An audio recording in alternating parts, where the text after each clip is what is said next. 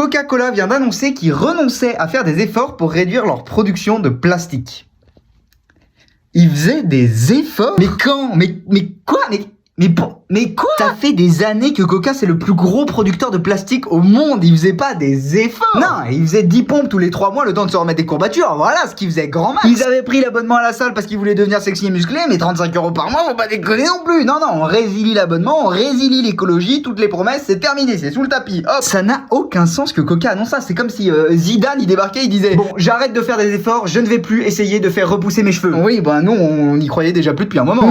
Mais je dois avouer, j'ai quand même un peu de compassion pour Coca. Je suis limite un petit peu reconnaissant qu'il soit juste honnête. Parce que le plus gros producteur de plastique qui nous dit qu'il s'en bat les couilles de l'écologie, ouais, bah je tombe pas de ma chaise, Ça me fait exactement le même effet que si Marine Le Pen débarquait et disait bon, il faut que je vous le dise, en vrai je suis raciste. Ah bon? Coca, ça fait des années qu'ils nous mentent et qu'ils se mentent à eux-mêmes. Oui, nous on a des objectifs de plastique recyclé par rapport au RSE de la croissance verte du recyclage. Des mots-clés, ils sortent des mots-clés comme ça. On dirait qu'ils essayent de générer l'image développement durable dans ChatGPT, tu vois, ça n'a aucun sens. Donc ça me fait plaisir d'avoir un peu d'honnêteté, ça évacue cette tension du greenwashing là où on sait plus à qui faire confiance. Bon bah voilà, eux, on sait qu'on peut pas leur faire confiance. Ils avaient l'objectif d'avoir 25% de plastique recyclé dans leurs bouteilles d'ici 2030, ils ont dit clairement, on le fera pas, voilà. Non, mais au moins c'est clair, au moins ils le disent. On l'a pas fait avant, on le fera pas après, on s'en bat les couilles, globalement. Mais globalement c'est ça. Mais au moins on sait à qui on a affaire. Mais maintenant que ça c'est dit, c'est clair, c'est posé. Bon, et ben je me dis que c'est peut-être le bon moment pour prendre de vraies sanctions contre le greenwashing. Parce que ça alimente continuellement l'inaction climatique